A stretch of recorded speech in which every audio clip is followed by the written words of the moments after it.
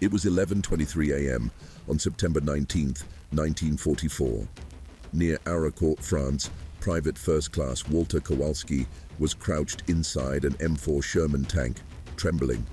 The situation wasn't just bad, it was a mathematical death sentence. 3 German Panzer IV tanks were closing in 800 yards. Walter shouldn't have been there. The previous loader had been turned into a red blotch 2 days earlier when an armor-piercing projectile pierced the turret's armor. Walter was a replacement. Worse, he was a mechanic. In his entire life, he had loaded exactly 4 training rounds. The Sherman's interior was a noisy, panicked hell. The gunner was yelling about the turret's rotation speed. The commander was shouting coordinates. The driver was desperately trying to back the tank into a hedge of bushes. And Walter had only one job: load the 75-meter shell into the breech of the gun. Quickly, he grabbed the first grenade from the ammunition rack.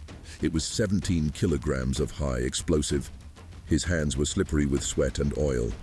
The correct method, the one drilled into the head of every recruit at Fort Knox, was clear. Hold the grenade with the pointed end forward. Align the brass base with the breech. Push hard. Get out of the way of the recoil. If you were good, it took 4 seconds. If you were nervous, 5. But there was a fatal problem that the Fort Knox manuals ignored. Walter was left-handed, and inside the cramped turret of a Sherman, that changed everything.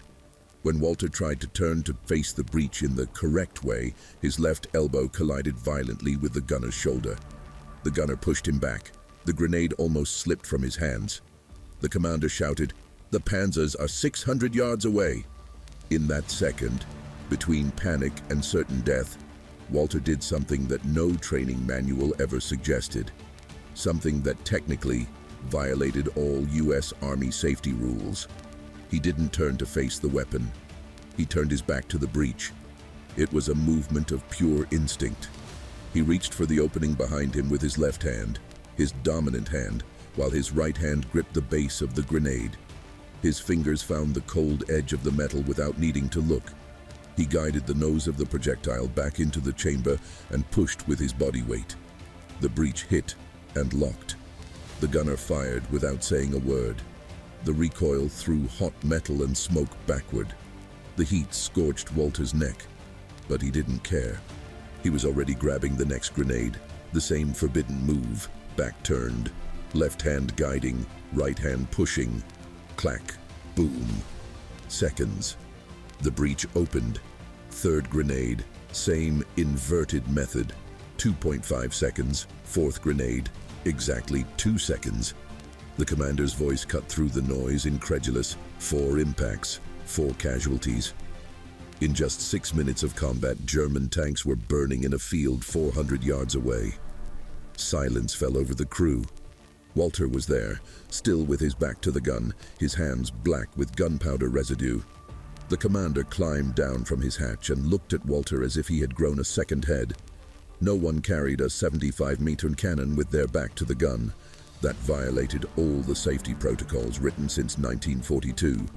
But it had worked. And in that moment, in that smoke-filled tower, Walter realized something the instructors had never considered. What had happened there wasn't just luck. It was the birth of a technique that would change how every Sherman crew in the Third Army would fight for the rest of the war.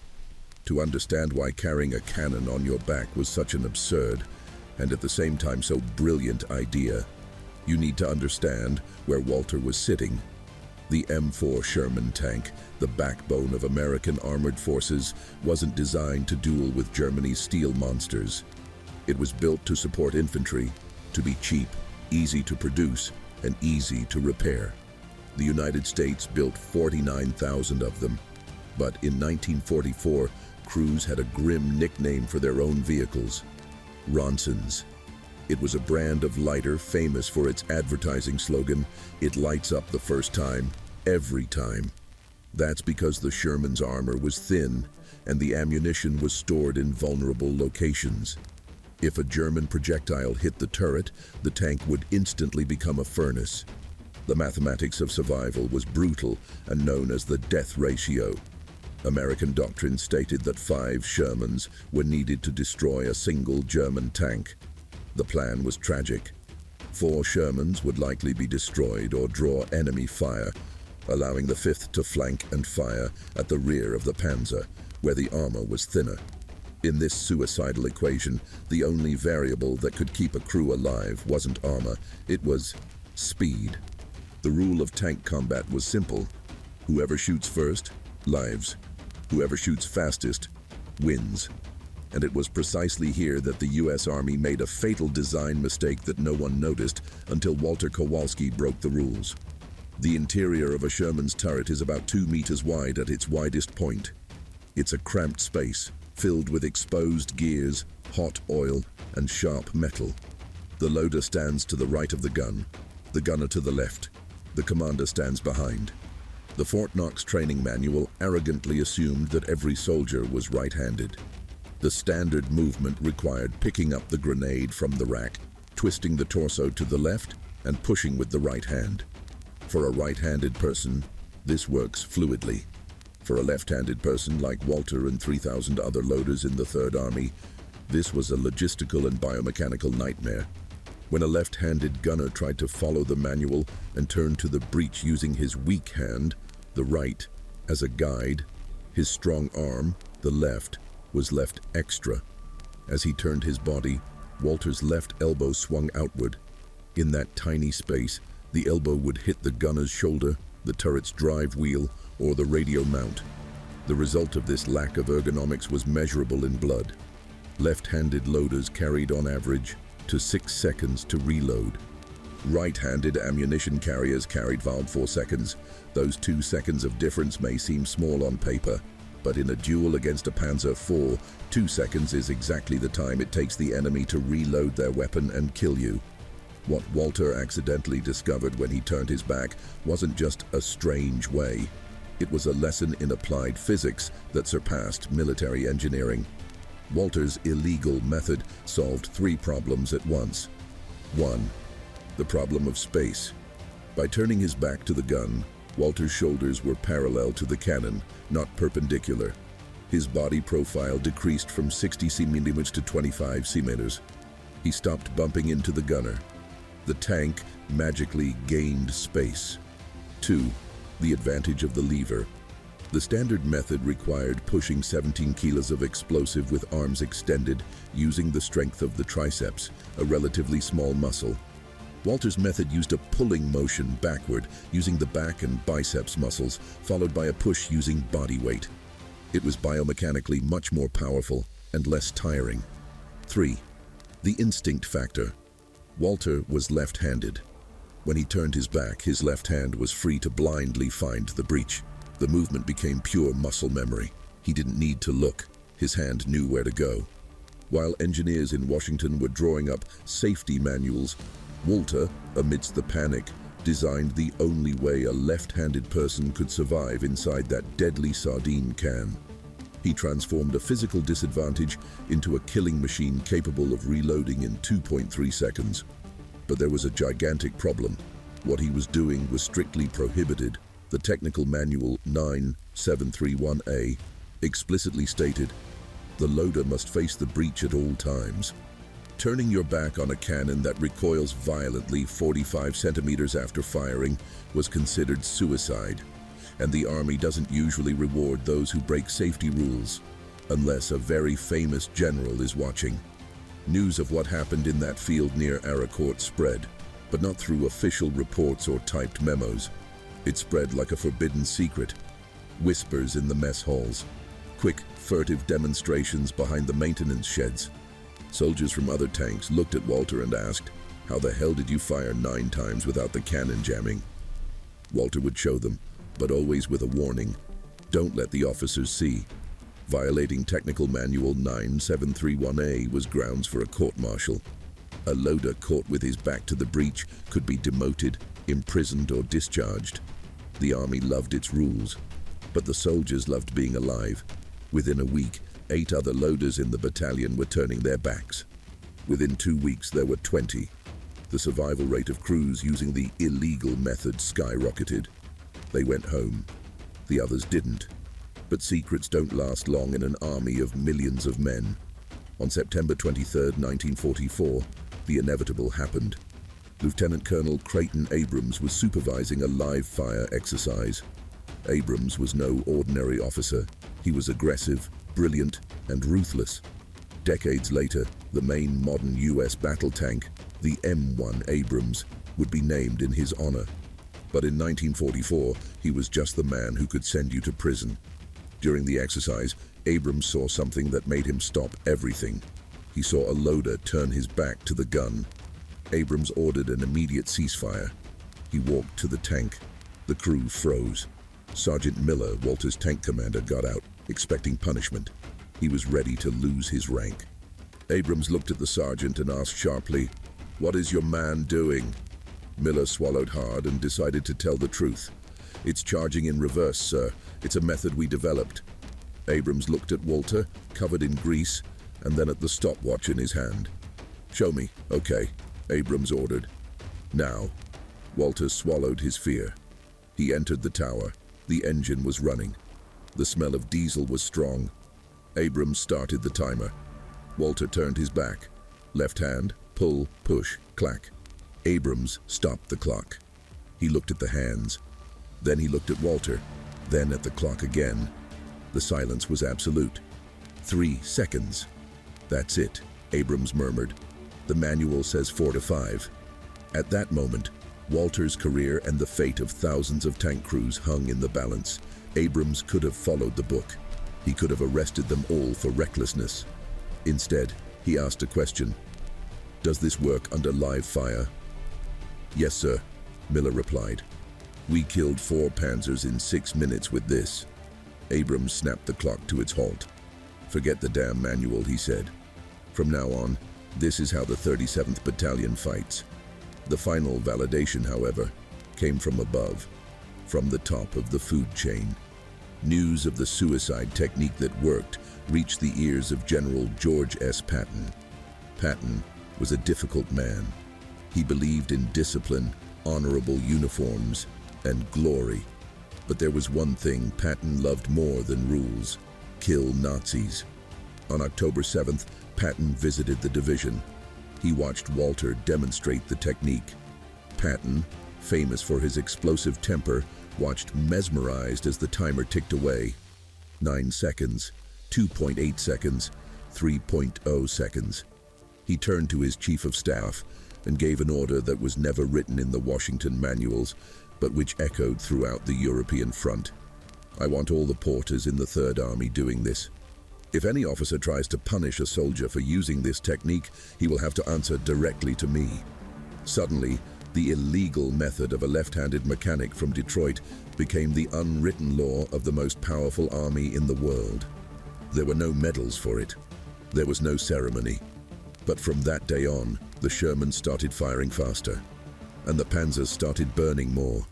But the story doesn't end with World War II.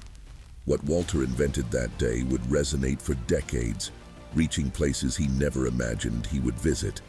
World War II ended in 1945, but Walter Kowalski's technique didn't disappear from service.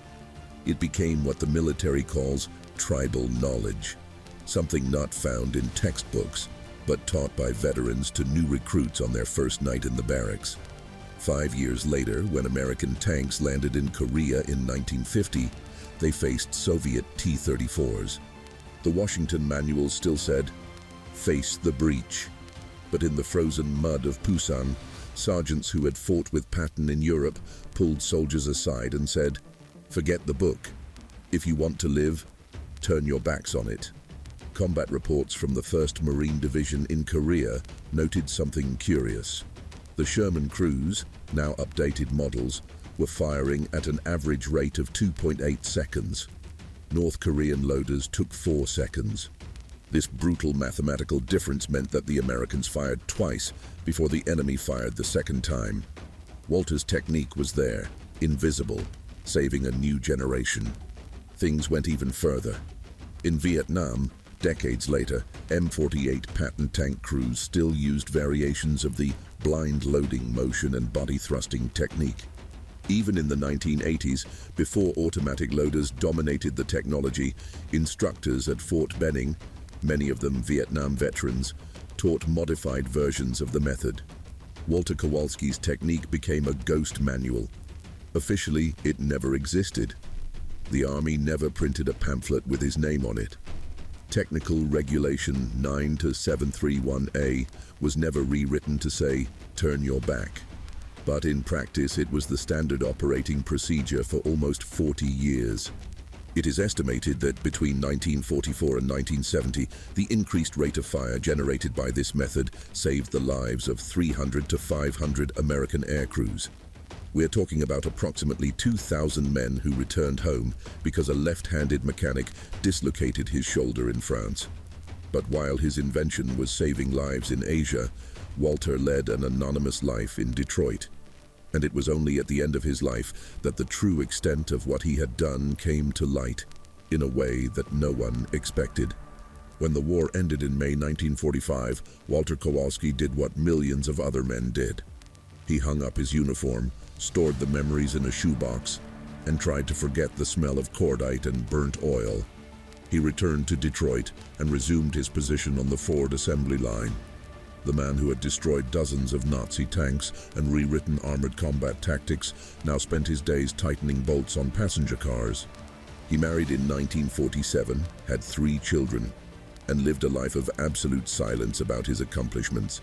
For 41 years, until his retirement in 1986, his co-workers saw only a competent and quiet mechanic.